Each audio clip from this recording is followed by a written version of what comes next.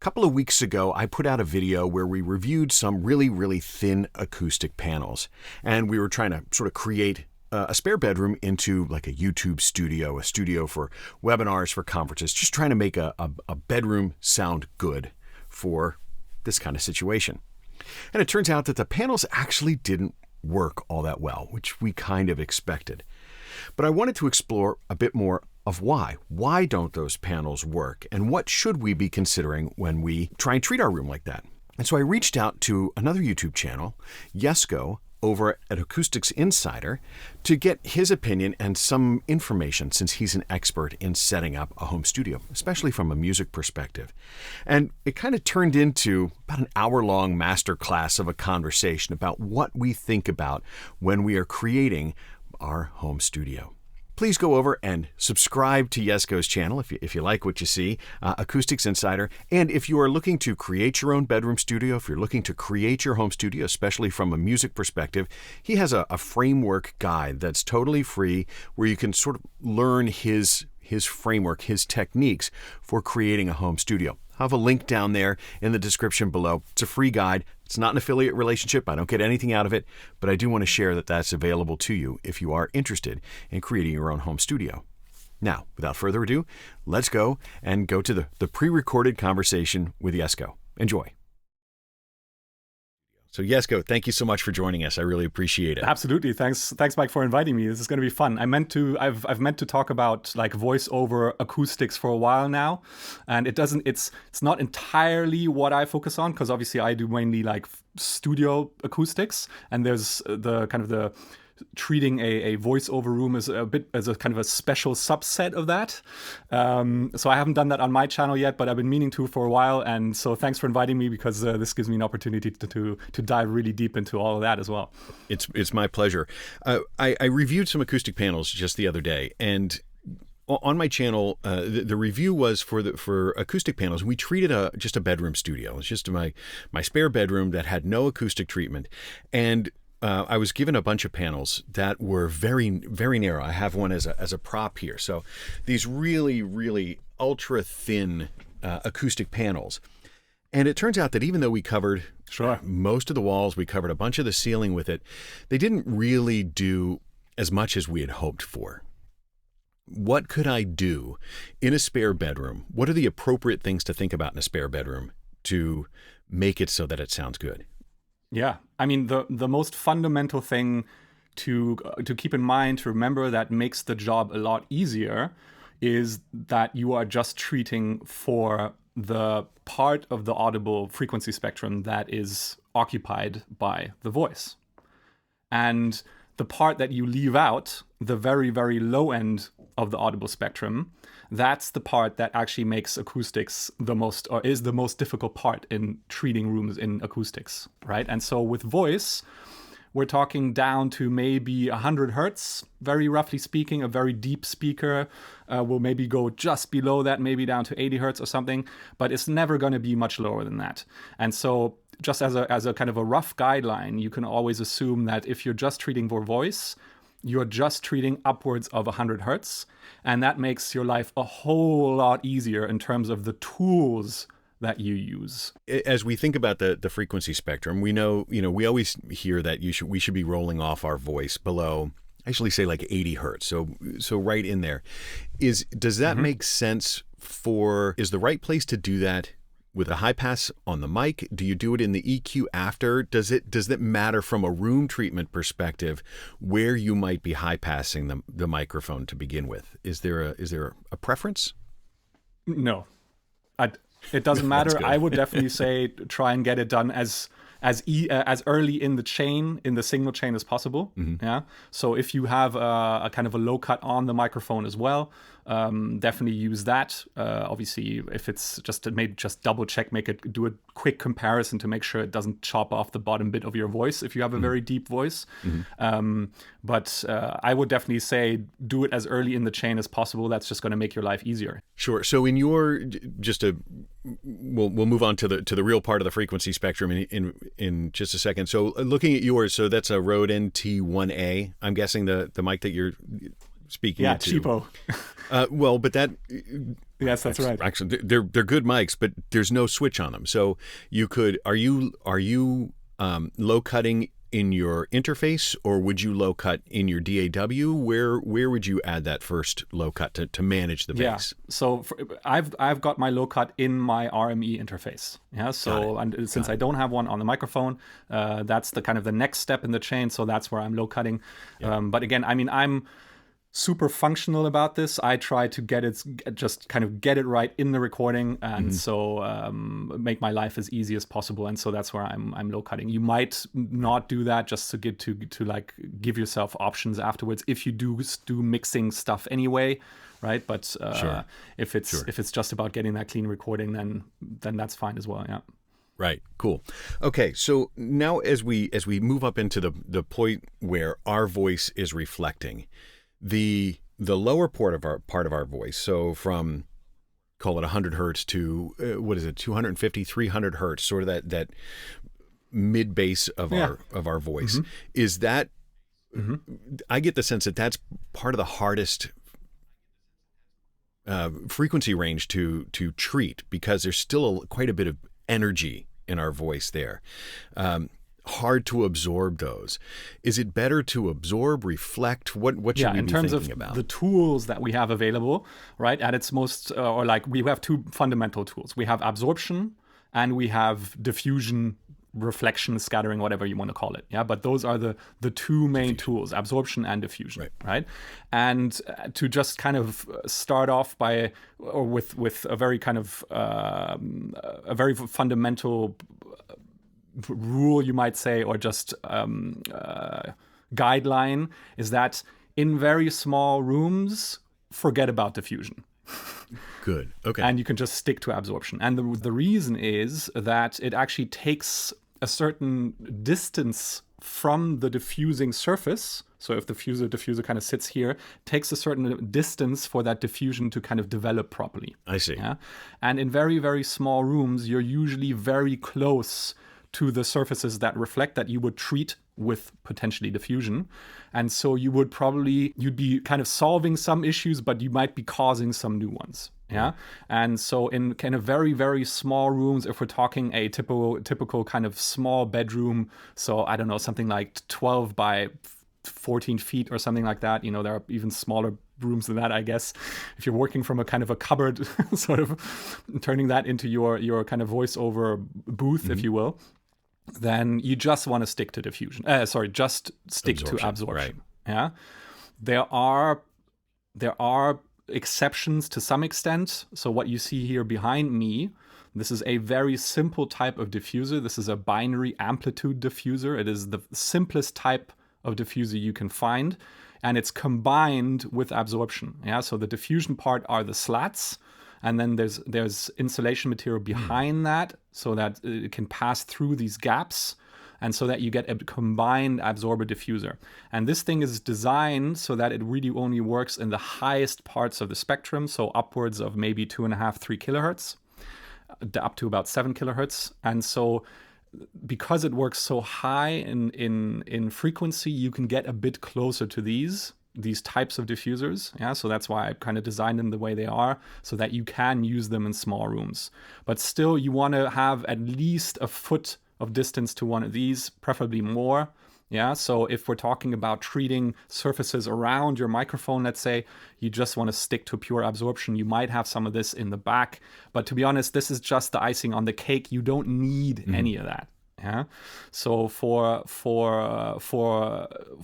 voiceover work, for treating a voice in a small room, it really makes sense to just stick to absorption and just go with that, and you'll be fine, basically. So I think that's probably takeaway number one for the people who are trying to become like strictly voice actors. So many of us work out of a little closet. Mine's 6x6, and that's actually pretty generous for a home booth. So many people have 4x4, 3.5x4 in imperial units. So, a meter by maybe a meter and a third. Just over a meter. Yeah. They're really small, right?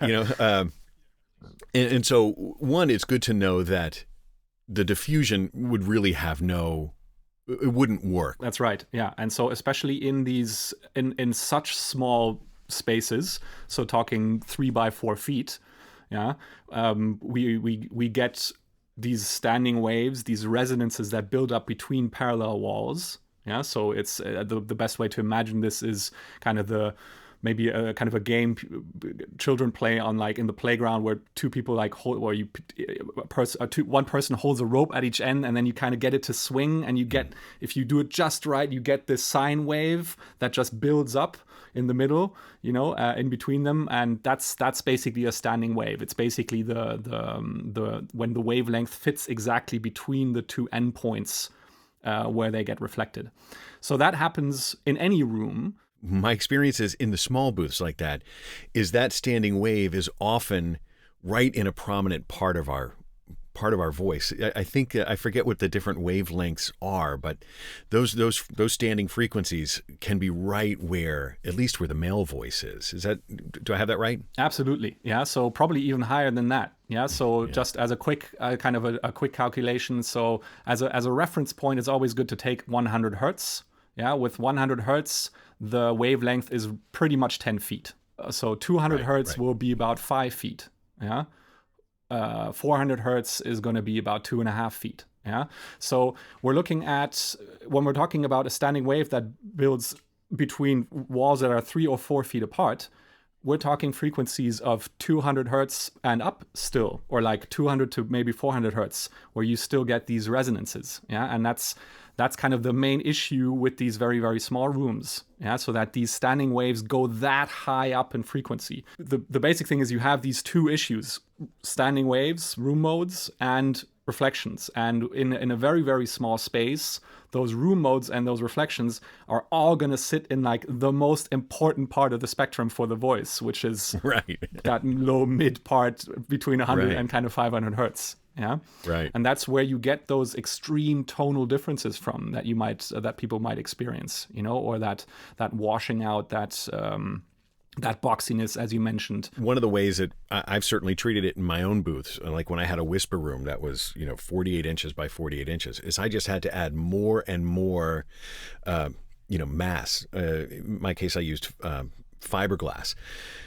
But I just had to add more and more, because even the treatment that the company provides when you buy the booth, it was really not enough for that. Yeah. So I ended up having to go with 4 inches worth. Yeah, 4 inches worth to try and tame that. I think you're spot on. You're absolutely spot on. Yeah, and maybe let's just look at the actual tool, the treatment, the absorption, to see how do we get down to those frequencies. Yeah, because you showed me that super thin panel just before. Yeah, but let's just see what we need in order to actually absorb down to those low frequencies. Yeah, so I'm just gonna switch over.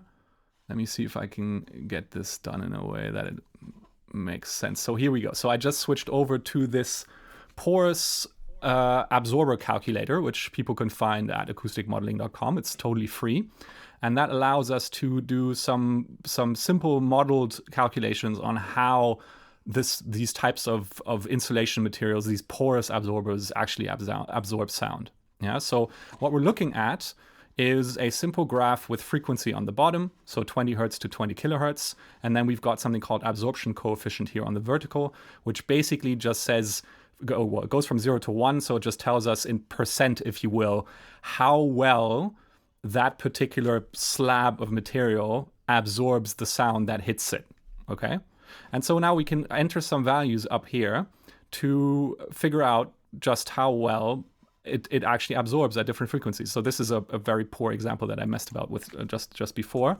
Yeah, but just going with starting with the panel you just showed me, which I assume is about, what is that? It's not even an inch. It was a 1/4 inch, wasn't it? Yeah, or let's just start way up there, 10, because you can get these shallow things if you want to. Yeah, and so I'm gonna hit calculate. There are two parts of this calculator that you still need to look at. One is flow resistivity. I'll talk about that in a second. Air gap is literally just the amount of air behind the panel. So if you put this panel in front of a wall, this slab of material, and there's some air between the panel and the wall, that's the air gap. Yeah, and we can use that to effectively make this thing absorb lower down, as we'll see in a second. Yeah, this flow resistivity just describes the density of the material, if you will, and this in itself isn't really something that we mess with just for the purpose of messing with it. But what we want to do is we as we'll see in a second, we'll pick an absorber thickness to determine how low down this thing is going to absorb, and then we match the flow resistivity to give us the best or the kind of the highest quality absorption at that depth. Yeah, so you pick depth first, and then you match the flow resistivity to give you the best absorption. But let's just go through some examples here to see what happens. Yeah, so this is that half-inch material that you just showed me, and we can see this doesn't even give us full absorption. You could probably mess with this flow resistivity a bit and see if something interesting happens. But I have my doubts that we can even get up to for full absorption with a panel like that. Yeah, okay. So we need a very, very dense material to make this thing work properly, and that's why this thing is so hard that you got. Yeah, it says PAS per meter squared. What is the PA referred to? That's Pascal. That's Pascal times seconds by meter squared. Yeah. Got it. So this is a measure of air pressure, right? So, or like in combination with air pressure. Yeah. But so let's imagine that this was sort of the panel that you got. Yeah. So we can see that it kind of almost reached maximum absorption at 10 kilohertz. Right. And then I always use kind of 50%, the 50% mark, which is around about here. I use that as kind of the lowest point where we still get useful absorption from a panel. I just want to ask one quick question here. Please? So when sometimes you'll see that a manufacturer may claim that it's got a 0.95 coefficient rating, they may be gaming it to just say, oh yeah, it's up at 9,500 hertz or 10,000 hertz is where you're getting that 0.95 coefficient.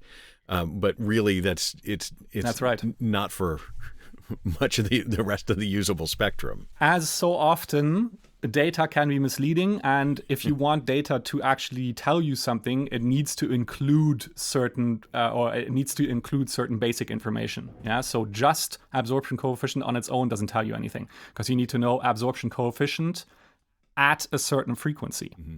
Yeah, and then once you get really nerdy, you also have to look at how this data was captured, as so often, if you really want to be accurate. Yeah, this is a very simplified model. Okay, I think it's good that you asked that question, because it's important to understand that this is a very simplified model. So very generally speaking, this is the type of absorption you'll get. Depending on particular circumstances, it might be a little bit better, it might even be a little bit worse, but very generally speaking, this is kind of what you're going to get. Right. Yeah. So I wouldn't look at this to be super, or I wouldn't read off exact numbers from this. Yeah, this is just to get a ballpark idea and to get an understanding of how these materials work when you change certain fundamental aspects, like the depth or the flow resistivity. Yeah. Cool. But let's just continue on, so you can see what happens when I mess with this. Yeah. So we got about 10 kilohertz maximum absorption, and maybe about 3.5 kilohertz 50% absorption. Yeah. So those are our two metrics. Now let's increase the depth. So this is half an inch. Taking this up to 1 inch. Well, 1 inch is more like that. Yeah. And so now, boom, this suddenly jumped to around about, so 3 kilohertz is now maximum absorption, and maybe, what is this, like 800, 900 hertz, 50%. Yeah, so we're still not even remotely covering the audible range, and definitely not that part of the spectrum where we said that we get those ugly resonances in those small spaces. Yeah, we need to cover this area right here. That's the part we need to cover. Right. Okay. So let's keep going. So this is 1 inch. So I'm going to double this up. So now we're looking at 2 inches, and we might at that point also reduce the actual density of the material. Yeah. So now we're getting down to about 500 hertz. We're going to keep going. So this was, what is it? What did I say? 2 inches. So let's increase this to 4 inches. Yeah. And so now we're starting to get into the kind of a realm of potentially useful treatment. Yeah. So maximum absorption at around 900 hertz, maybe 50% at 200. You probably want even more than that. Yeah. So let's take this up to, let's say 150. So this is about 6 inches. Yeah. And so now we're starting to see that we're getting absorption that actually more or less covers the range, the frequency range that we need to cover. Right. Okay. So let me just leave it at that for now and jump back to you. I'm sure you have a bunch of questions. Yeah, so that actually matches with my experience, because when I was making my booth here, is I didn't have a sense of how much I would need. I just sort of committed that I'm going to keep adding absorption until I could start to knock down that boxiness, because dimensionally the room that I'm in, my booth is almost a perfect cube. It's 6 feet by 6 feet by just over 6 feet tall. It's because I'm in a low basement. Fantastic. It's really, really hard. And when it was untreated, it was unlistenable. All right, moment of truth time. You're going to hear this the same time I am. I've set up a microphone and I'm in the untreated booth, and as we expected, it is a complete echo chamber in here for a couple of reasons. One, it's got no treatment whatsoever. And also, dimensions of the room, it's the same distance this way as it is this way. So I'm going to probably standing right in the middle of a great big standing wave. And so I ended up with, there's 6 inches of mineral wool on practically every wall. I did end up adding a second round of insulation to this wall and to this wall. So this wall over here is actually 6 inches thick with mineral wool, and this wall is 6 inches thick. So before you saw that it was, there were studs this way. Well, I added another set this way. So there's a stud here and a stud down here. And so that I could do insulation across. So I ended up adding another round of 6 more inches. So I've got 3 inches here, 3 inches on the wall behind the camera, and 6 inches everywhere else. And on the floor, it's about 1 inch of padding, really just for an anti-fatigue. That's right. That's right. Yeah. So now we just defined how we can build the tool, or what depth we need to get the actual frequency, or to cover the frequency range we need. Yeah. So ideally 6 inches. If you can take it up to 8 inches, even better. Yeah. So now we have to think about where are we actually going to put this stuff. Yeah. And so, when we're talking about that, we have to once again think about the 2 main problems that we're trying to deal with. So that standing wave problem and reflections. What you'll find is that most locations in a small space like that will take care of both at the same time. Yeah. But it makes sense to think about them separately just for understanding purposes. Yeah. Yeah. So resonances. Let's start with that first. So we've got our parallel wall. We've got that wave, that sine wave in between them, obviously. Yeah, that builds up, not just left and right, but front to back, floor to ceiling. Yeah. And so now we need to put that material on the kind of offending wall where that reflection happens, yeah, in order to reduce the reflection and thus that standing wave. So ideally, obviously, on both ends. And you also have to think about the dimension of the wave to some extent. Yeah. So how much surface are we covering? Yeah. So with we talked about, so 100 hertz was about 10 feet. We doubled that to 200 hertz was about 5 feet. Am I getting that right? Yeah. Yep. Yeah. And so there's a wave with a circumference, if you will, of 5 feet. And you have to put something in its path to stop it. It has to be deep enough in order to absorb it, but it also has to be big enough surface-wise so that that wave doesn't just go, yeah, and bend around it. If you put a panel that is this small, but 6 inches deep on the wall, that's not going to do anything. Right. Yeah. So we need to cover enough surface area. And as a rule of thumb, you probably want to cover at least half the kind of wavelength of the wave that you're covering, or that you're trying to attack, that you're trying to deal with, of surface area. Very roughly speaking. Yeah. You probably want, if you can do more, then better. In practice, what does that mean? Well, in a small room that is 3 by 4 feet, it just means cover the entire wall. Right. Yeah, that's how it ends up being what it is. Yeah, and so you do that on each of the walls. So talking about parallel surfaces, front, back, floor, ceiling. You can't really do the floor, so you got to do the ceiling.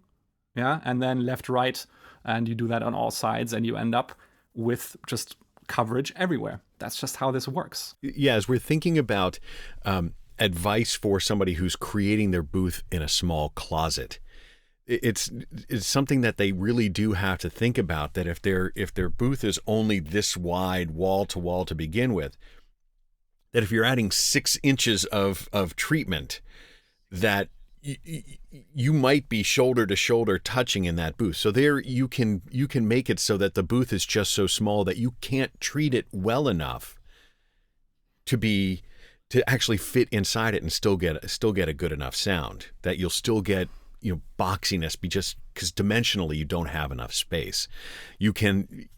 Too small is really a thing. Welcome to the reality of acoustics. Yeah, and obviously, there's an ideal that we're chasing here, and it's always a question. It's always a question of how close can you get to that in practice, and oftentimes you can't do everything that you should be doing because you don't have the space. It's inconvenient to have absorption in that spot because you need a door. You probably maybe have a little window in there. Yeah. Like you said, maybe the space is so small that if you add 6 inches of absorption on each side, you're going to be like sitting like this between absorption. That's not practical as well, or that's just not a comfortable space to be in. Yeah. So we have to kind of weigh, or we have to find a trade-off. We have to weigh what is ideal against what is possible within our budgets, our space, and what we feel comfortable with. Well, I was wondering, is this the time when we would think about that air gap? And if you want to delay that for a little bit later, we can. But 6 inches, I just remember from one of your videos. So if I have a 3-inch panel, could I put an inch of air behind it to get a 4, or make a 5-inch panel, and would I get similar performance, better performance, worse performance? I noticed that diagram actually, or that chart, that tool, you actually could put an air gap behind it. What sort of influence does the air gap have? Yeah. So unfortunately, it doesn't save us any space. It does, because we still need the overall depth of the absorber system, if you will, or the absorber structure needs to be the same. But you can get rid of some of the material that is closest to the wall. Yeah, so I'm just going to show this with the second calculator, or the second part of this calculator. So I'm going to do the exact same thing. So obviously this is going to be the same, and it's not because there's an air gap. There we go. Yeah, so now they're sitting right on top of each other. But what I can do is just get rid of half the material that is closest to the wall, and you end up with something that is rather similar. It's not exactly the same, but it is rather similar, because the material that is away from the wall is what matters most. Yeah, and up to you can kind of play this game up to the point where the material, or the air gap rather, is the same depth of the material. You don't really want the air gap to get much bigger than the actual material, the absorption material. Yeah, but what counts is the combined depth. And because it's the same as this one here, the absorption coefficient is going to be roughly the same. It's not going to be exactly the same, but very, very close. Well, I think it makes sense to refine a bit further in terms of where and how we'd like to treat space. Because for many people, if we'd stop here and I just said cover all walls in 6 to 8 inches of absorption, they're going to go, I'm not going to do that. So, which is fair enough. Maybe not today, maybe tomorrow. But so if you don't want to do that, where do you start? How can you reduce this, or how can you reduce the amount of treatment that you do, but making sure that you're focusing on the parts that are important? Yeah. And so what we're talking about now is basically just reducing the surface area and starting by covering less surface area. You should still do 6 inches of absorption if you can, as much as possible. So the depth, you always want to maintain the depth. if you can. Go as deep as you can, up to 6 inches, maybe even 8. Beyond that doesn't make sense. But now let's talk about how much surface area to cover, or what's the minimum that you want to do. Yeah. And at that point, we really want to think about reflections. That's going to tell us where we're going to start with our placement of any of this treatment. And it's very simple, to be honest. I mean, this is just thinking about sound like a game of pool, like billiards or snooker if you're in the UK. So it's thinking about sound like rays of light. And so if you're speaking into the microphone's right in front of you, there's going to be a surface behind that, and the sound is going to bounce back at the angle at which it hit the wall. Yeah, so right in front of you, it's just going to bounce straight back. Sound that enters or exits your mouth to the sides, it's going to hit the side walls at a certain angle. It's going to reflect at the same angle that it hit that wall, perhaps hit another wall, and eventually come back to your microphone. And there's a whole bunch of different potential paths that sound is going to take from your mouth over, like reflecting off of surfaces and then back to the microphone. And the worst offenders of those reflection paths are the ones that are the shortest, because the shorter the reflection path, the sooner after the direct sound that reflection is going to hit the microphone, and the shorter the path, the louder that reflection is in volume in relation to the direct sound.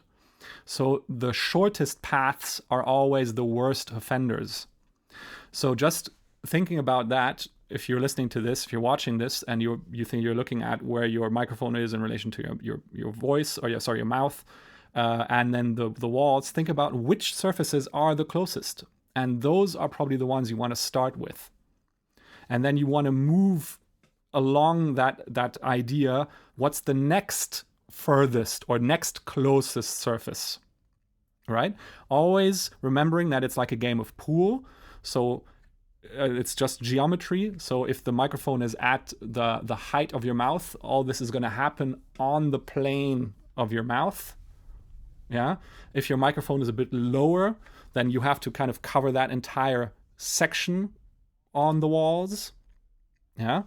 But that's pretty much it. It's trying to reduce those early reflections, as we call them, because they are the worst offenders. Right. Now, in a 3x4 foot room, you'll probably find they're all pretty offensive right. because we're so close. Right. And in practice, that's going to mean we're going to start with the surface probably behind the microphone. Yeah. Then probably on the sides, probably. Yeah. And then behind you. And then on the surface, on the ceiling. Mm-hmm. Yeah, that's probably the order in which you're going to go through this. And with each further step that you take, this is going to get better. When I think about the cardioid microphones that we're both on, that sometimes that closest reflection is probably the wall behind you, because the microphone's not hearing so well that first reflection, that sound that's coming off the wall back towards us. The mic's not hearing it that well, so that's really making its second reflection over our shoulder or off the walls next to us. Is that true? Like the polar pattern of the microphone is also at play here, isn't it? To some extent, yeah. In these very, very small rooms, probably not that much. I mean, it helps to have it probably helps to have a cardioid microphone even in the small room. But think about it this way: sound. If you're talking about a cardioid microphone like this one here. Sound, in order to enter from this side, it has to first of all bounce off the surface behind the microphone, then bounce off either my chest or the wall behind me, and then get back to the microphone. So the path there is definitely longer than something maybe from the sides. Yeah. Mm-hmm. Also, if you stop that sound reflecting off of that front surface, it's never going to come back to then hit my chest or the back wall and then enter the microphone. Right. Yeah. That's why you get these reflection filters that I'm sure are still discussed heavily whether they actually work or not. Right. Is there one behind? No, it's on the other side. It's somewhere there. You can probably see it in the picture somewhere. Why do they work? Because they stop the sound. Broadly speaking, they stop the sound before it even enters the room. Yeah. And so, in my opinion, it still makes sense to start with the surface behind the microphone first, or rather the closest surface first. Yeah. Right. Because you're going to stop that sound before it even starts bouncing around in your room. Yeah. Right. Again, if you do this, you would do a recording, you'll probably find the one from the back is still offensive. Yeah. The problem is in these small rooms, like I mentioned before, they're probably going to all be annoying. So it makes sense to basically start with all of them right away. Yeah, you're gonna do the sides, and then you're gonna notice, damn, and then you're gonna do the front, and you're gonna be, and then you're gonna do them all anyway. Yeah, so might as well just go ahead and do it all in one go. Right. The reflection filters, they're not. My experience is they're not great for voiceover because they're in the way of where your copy often is. You know, because you can't put the copy in front of the microphone, so the copy is usually either right below or right behind the microphone, and exactly where that reflection filter is. And those can often be, they can be really big, and so it's hard to get your copy, whatever you're trying to read. So for the cost to benefit for what they offer for the voice actor often isn't that great. So we end up just trying to treat the wall behind you. Because you do have to be, my experience is you have to be really close to those reflection filters to try and catch your voice. Because if you're like the distance we're off them right now, the angle of our voice really exceeds that reflection filter, and it's just creating just like a little tiny window, not big enough. It's definitely not I mean, first of all, totally get it. Yeah, totally understand that that's not a solution for voiceover people in that sense. Yeah, and even then, always none of this. There is no one solution for everything. Yeah. If you do use one of these reflection filters, it will be a component of getting the sound right. It won't. You can't expect to sit in a super reverberant room and then put one of those up and that to solve all of your problems. It's going to help quite a bit, but it's just one step. Acoustics is many little steps that you want to get right. We haven't even talked about the microphone, or we have talked about cardio microphones. I'm sure you've talked about different types of microphones before, but again, that's one step. So you want to do a lot of little steps in the right direction, and then your sound's going to be great. It seems to me that the answer is often so very situation specific. Your room and my room are different dimensionally. They've got different components. There are ideas that we can have. There are sort of guidelines, frameworks that we can follow. But there isn't necessarily like, this is the answer to everybody. I think there are certain aspects that generally work in all types of rooms. Yeah, especially if we're kind of winging it. Yeah. Obviously, the more detailed you go, or the more specific you want to treat a certain space, the stronger the differences are going to be in terms of what you do. Yeah, but certain basic aspects are never going to change. Yeah, so for example, the depth of the material, the absorption material, like I mentioned before. Two things that I think I'd like to at least explore, and you can tell me if they're the right track. Besides absorption, we often hear about bass traps, especially in the small room. For voice, where our voice doesn't have a ton below, say 100 hertz, are bass traps important? So that's one thing. And then does the mic placement within that space, should we be right in the center? Should we be off to the side? Should we be closer to one wall than the other? Is there any benefit to that? So those are kind of the last two questions that I had from a booth. So let's just talk bass traps real quick, because I think it's a really it's a confusing term. Sure. It's because the bass. First of all, there is no device that traps bass. Yeah, that doesn't exist. There is only that we call them bass traps, but there are only absorbers and diffusers. There are different types of absorbers, and depending on how you build it, it might. There are basically two types of absorption. There's broadband absorption, which is this insulation material stuff, and once you make that deep enough, it absorbs bass frequencies, and then people start calling them bass traps. Yeah. Right. And then there are actual bass specific absorbers. Those are resonance absorbers. Those you definitely don't need those in a voiceover scenario. But those could potentially actually be called bass traps because they really focus only on the bass frequencies. But the point I'm trying to make is there is no difference between a bass trap and an absorber. A bass trap is an absorber at a certain depth. Right. That's all. That makes sense. Yeah. That makes sense. We love people love talking about bass traps, and I call them bass traps as well, just because it's ubiquitous, that word, Sure. you know.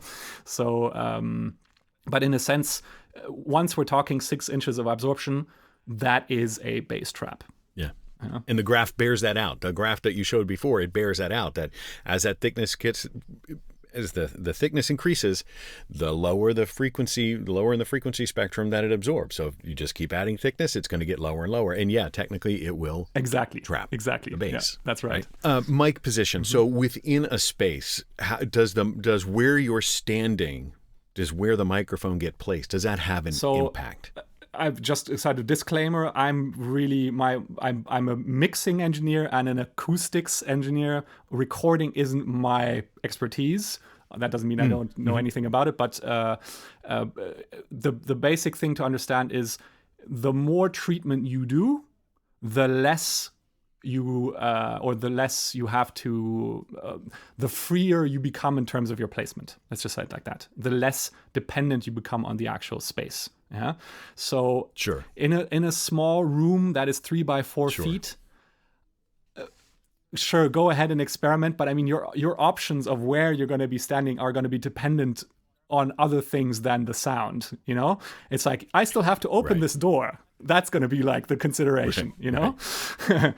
I still have to be able to get into my chair. You know, that's kind of the consideration there. And so I'm very much a pragmatic person at that point, and I'd say, look, you got to be able to use the space. Yeah. So do what gives you good ergonomics. Do what allows you to use this space comfortably, to get into your flow, to have a productive session. You know, and sound you can kind of mangle into place afterwards. In that case, at least. Yeah. So does microphone position matter? Yes. For the sound, is it the thing you need to pay attention to if you're doing voiceover work? Probably not that much. Are there any aspects that you think that we didn't cover that you think are important? So I think when we're talking about voiceover work and booths in particular, I think this sound isolation question is somewhat interesting. It's definitely something that a lot of people worry about, right? So I'm not sure time-wise if you still want to get into that, but I mean, I definitely still have time. So let's. I mean, I think from a voice work perspective, I always try and separate, isolation, the sound proofing from the treatment, and for other than a heavy door and turning off things that vibrate or hum, it becomes a very, very challenging problem to solve. I know in my booth down here, all the walls are concrete. I'm below ground. And I've got, heavy walls, and but I can still hear the lawnmower outside. There you go. It's really, really extraordinarily difficult to do it. So if you've got any advice that somebody could follow to try and improve their isolation, we're all about listening. All about listening. Yeah, I mean, hear what you have to say. Even if I don't have like the amazing tip that's all going to solve everybody's problem, I think it's important to understand, or to get your expectations in order, to understand what you can expect or what you can't expect, rather. Yeah. So talking about a lawnmower, that's a great example. Yeah. A lawnmower was very loud. Yeah. And it also puts out a fair amount of low frequency energy. And the lower down in frequency the energy is that you're trying to keep out, the harder it's going to be. Yeah. So if, let's say, you've got your little kind of studio with a vocal booth, or you're intending to put a vocal booth in your studio, and this is part of a bigger building, and there's some sort of, I don't know, some kind of factory work going on in the rest of the building, and something travels through the structure, you're not going to get rid of that unless you decouple the entire booth off of the floor. Right. Yeah. Right. So just kind of getting expectations right. If you're trying to isolate yourself from really low frequency noise, that is going to be hard and expensive, and going to take a lot of work. Yeah, there's no way around that. Yeah. Right. So just if that is the situation one is in, understand that that's either you invest the money or you find a different space. Different space. Yeah. There's just no way around it. Yeah. Unfortunately. So that's I think a crucial thing to just understand. The lower down in frequency the noise problem is, the harder it is to get rid of it. If we're talking just about a computer hum, computer fans, maybe some not too, like let's say some street noise further away. Obviously street noise also has low frequencies, but kind of a more kind of a white noise type of thing happening, some sort of hum, some sort of noise. That is obviously a lot easier to reduce, but there are basically three main principles to isolation. There's the decoupling part that I talked about just before. There's adding mass, and there's making things airtight. Those are the three components to get isolation. And the more you do on each of those fronts, obviously once it's airtight, but let's just say the more you do on these other two fronts, the lower down in frequency and the better that isolations is going to be. Right. Yeah. And so if we want to stop sound, we need to put a solid barrier in place for that sound not to go through. And the heavier that barrier is, the better it's going to work. And so that's kind of the thing to understand, to keep in mind. If you're building a vocal booth and you really want to isolate yourself, you're going to have to make really, really heavy walls. Yeah. The heavier you make them, the better in general. And then if you want to go even beyond that, you're going to have to think about this whole decoupling thing. And then obviously that means making things airtight, and then we have to think about ventilation, and we have to think about light, and all these things come into play. So right.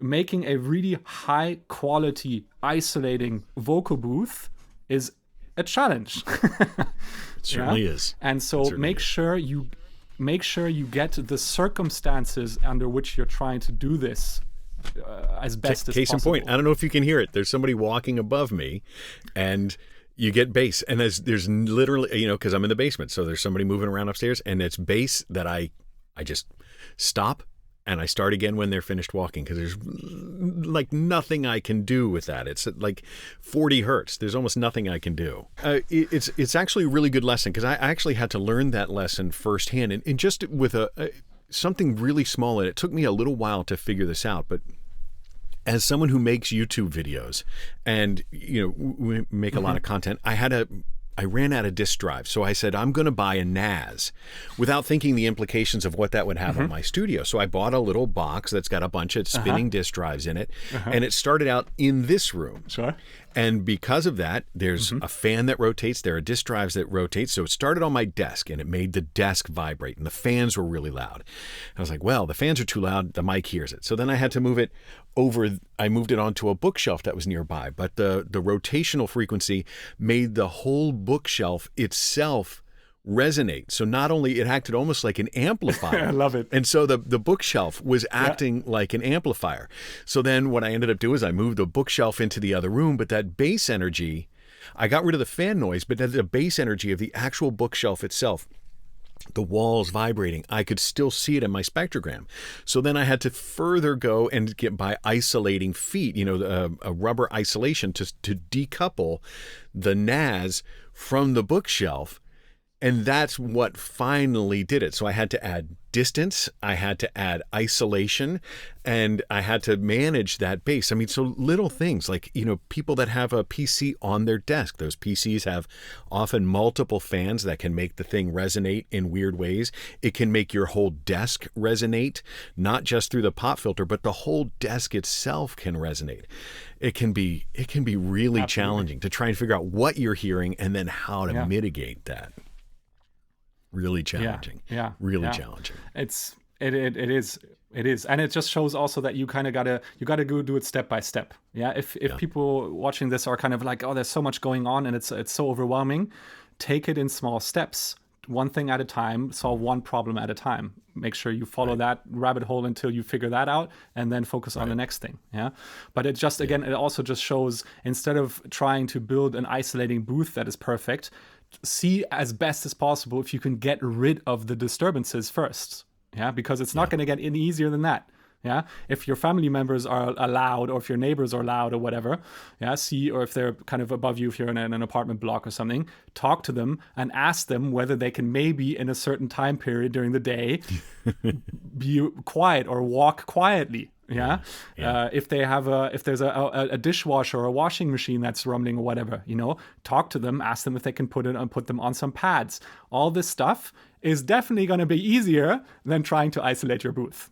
Yeah? Right. So, for sure. Focus on the disturbance first, and then see if you can, if you can't do that, then think about the actual isolation.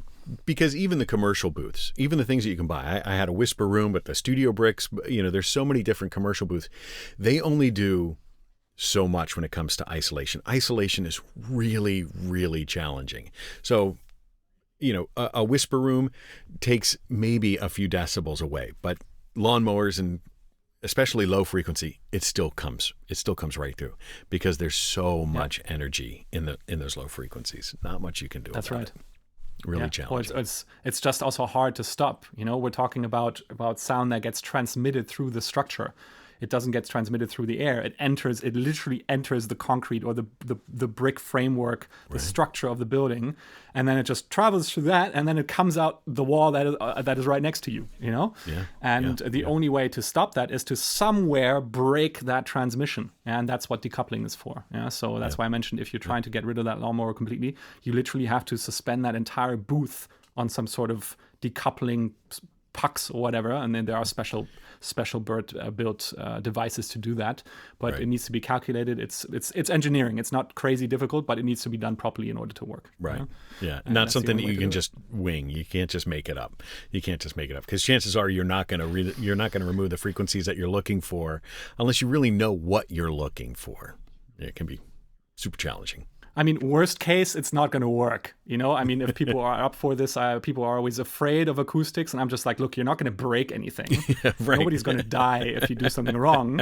Yeah. It's just not going to work all that great. Yeah. So do experiment. If you're up for it, do experiment, gain experience. There is no substitute for trying something and then learning what it actually does in practice. People always ask me, how much diffusion do I need? And I'm just like, that's something you need to kind of figure out for yourself. How lively do you want the space? That's a personal question, and you need to figure that out for yourself. So just try it. And if it doesn't work, do something different. Absolutely. Experimentation is the key. You'll just make constant 1% improvements over time. If you make everything just a little bit better, eventually you'll get to the point where you've got it hopefully largely solved. And if you don't have that solution, then you can call on people. If I'm not mistaken, you have. Yeah, or if it's a particular. Yeah, go ahead. Or if it's a particular difficult situation, but that you can't figure out on your own. Yeah, but do try. Sure. Start stuff. Figure something out. Does your you have, and I want you to promote it here, but you have a framework for creating a home studio. I know it's probably more towards like a music studio, but I'm sure there's a lot that carries over into just the general principles that we would have for voice. Would some of these questions be answered in your framework, and how could people, if you want to describe it and promote it, I'd love for you to tell my audience about it. Sure, thank you. I mean, this is my home studio treatment framework, which maybe if you could put that in the description, a link that would be great, Mike. Sure, but basically, it's my top level approach to treating studios. It is very much focused on or aimed at home studio owners that do music work, so that includes the entire lower section of the frequency spectrum. Right. And a big focus for me, and people who know me know I talk about this a lot, is when we're talking about a mixing setup, a production setup, is how to position that in a room, which is really, really crucial and isn't really that relevant for a voiceover people. But it's basically my 5 steps to treating a room, very, very top level, to understand what to focus on at each step of the way. Because it can be really tricky to understand what of all those things that you can potentially do, all those little steps, in which order to actually go through them, so that one builds on the one that comes before it. Yeah, so that you're not not turning in circles. You don't have to do something, and then you realize, oh crap, I forgot to do this one thing, and now I have to undo everything I've done and start over. Yeah, right. So in order to avoid that, I created this framework that people can follow in order to figure out what their next step might be for their studio, or even just if they're starting from scratch, to understand what it is to focus on and what are those, or what to ignore also, like what things to ignore depending on where you are in the process, because they're just not relevant at that point yet. Yeah. So yeah, that's my home studio treatment framework. 5 steps to treating a room and to getting it to translate. Excellent. Well, I will definitely have links down in the description. Thanks. And I encourage everybody to go over and subscribe to Acoustic Insider. You've been so gracious with your time, with your expertise. I'm really, really grateful for it. And I know the fellow booth junkies who are in the process of building their home studios, building their booths, whether it's for voiceover, whether voiceover is a portion of it for music. You've just been so gracious with your time and expertise. I'm really grateful for it. Thank you so much. You're very, very welcome. Anything else that we need to talk about? Is there anything else but that you want to promote? Anything else? There's a ton to talk about always, but maybe not today.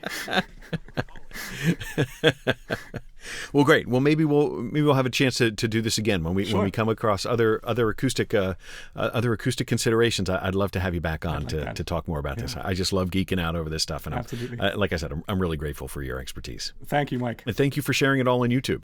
It's so very helpful. So very helpful. I appreciate that. Thank you.